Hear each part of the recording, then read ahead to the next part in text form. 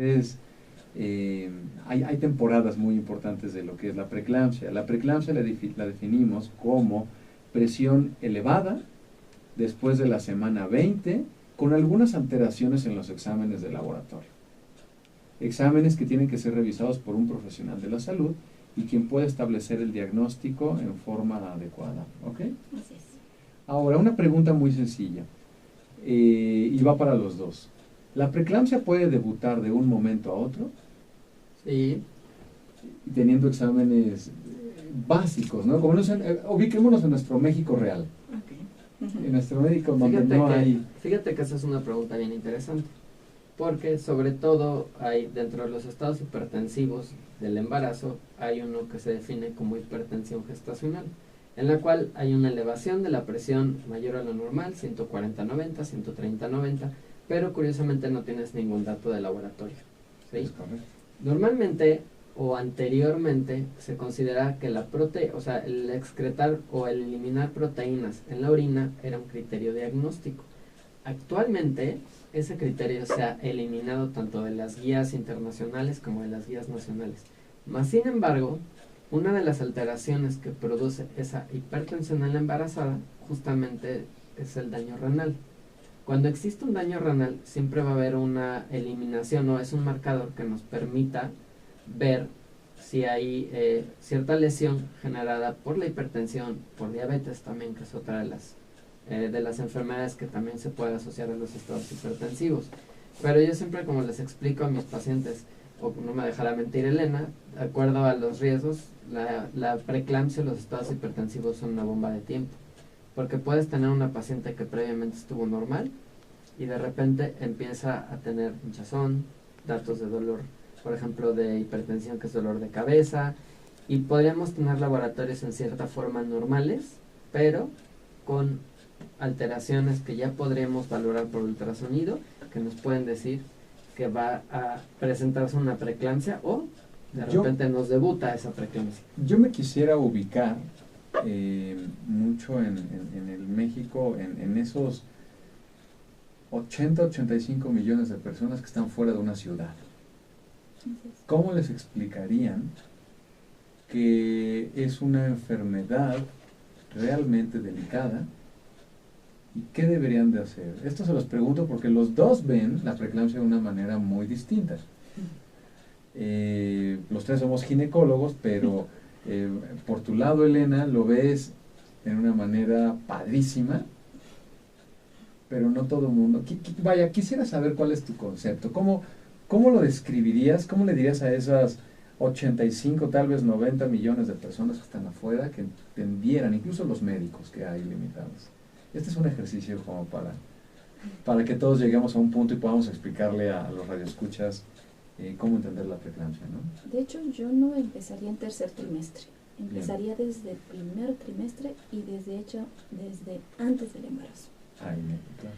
Debido a que son suma de factores de riesgos que hacen que una mujer pueda llegar a desencadenar lo que es preeclampsia. ¿Qué quiere decir esto? El hecho de empezar con un control del embarazo con un peso adecuado. Para empezar, claro. Nosotros a nivel de lo que es provincia, a nivel de justamente los pacientes que desgraciadamente no tenemos acceso a ellos de forma temprana, el hecho de que lo primero que tienen que hacer es tener un buen peso, hacer ejercicio.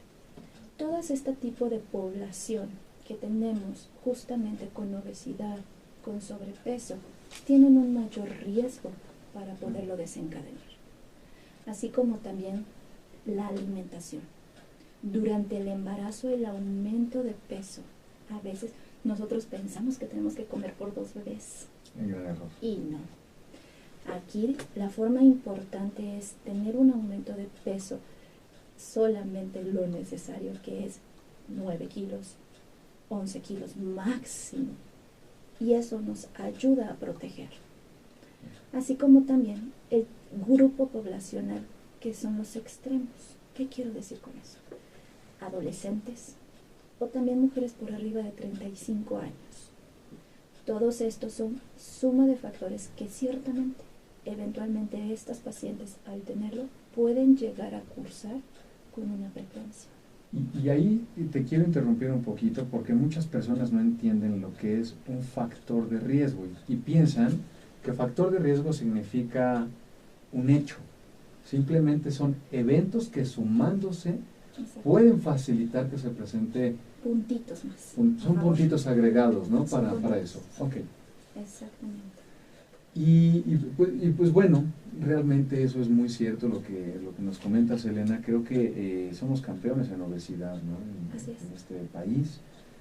Y es un factor, ya traemos un hándicap ahí desfavorable, ¿no? No, y otra situación que es muy importante ver, y no sobre todo en las mujeres que es su primer embarazo, sino el antecedente de si ya tuvieron elevación de la presión en un embarazo previo, sobre todo es muy importante, ese es un factor de riesgo que pesa mucho. Y actualmente, y yo concuerdo mucho con Elena, o sea, no debe de ser en el tercer trimestre después de la semana 20. Actualmente ya tenemos estudios o hemos evidenciado científicamente que los estados hipertensivos se van a dividir en una fase que es la preclínica, en la cual va a haber alteraciones que nosotros podemos medir por el ultrasonido, por ejemplo, la medición de los flujos de las arterias uterinas, y esto lo podemos ver desde mucho antes de la semana 20.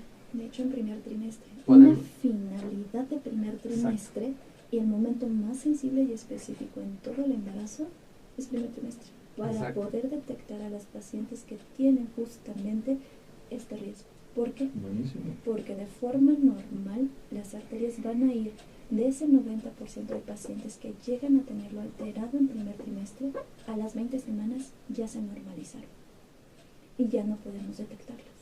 Entonces la realidad es que desde primer trimestre ahí nosotros debemos de poder ayudar a esta población. El hacer el ultrasonido nos detecta. Y lo principal aquí es, ok, muy bien, lo detecto. ¿Y ¿Qué luego le voy a hacer? qué le voy a hacer? Claro. Actualmente existe evidencia que me dice que justamente lo que es aspirina Protec me ayuda a poder modificar este riesgo de presentarse. No lo quita. Actualmente no existe nada y se ha estudiado mucho que digan, que si me tomo esto me lo quita. No, pero sí lo disminuye. Y el mejor momento para iniciarlo es justamente el primer trimestre. Entre más nos acerquemos hacia las semanas 20, menos es el efecto.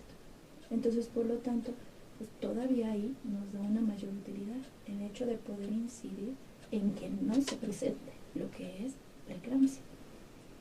Y sobre todo, algo que es bien importante es, si se detecta ese riesgo en una fase preclínica, evitar justamente con estas medidas que llegue a la fase clínica. Y sobre todo, por ejemplo, a las mujeres que vienen de fuera, que no tienen un acceso fácil a un servicio de salud con todo lo necesario, pues es importante que busquen la derivación a una unidad de segundo o tercer nivel, donde van a contar con una unidad de cuidados para un bebé, en dado caso prematuro, y una unidad de terapia, por ejemplo, con todos los especializada para una mujer que requiera estar en una unidad de cuidados por lo menos intensivos o intermedios para la estabilización y sobre todo un cuidado adecuado. ¿Por qué? Porque realmente si nosotros les explicamos a nuestros radioescuchas las dos principales causas de muerte materna en nuestro país, la primera y la segunda van alternándose, es uno, hemorragia, y la otra, pues, hemorragia obstétrica, y la otra son los estados hipertensivos del embarazo.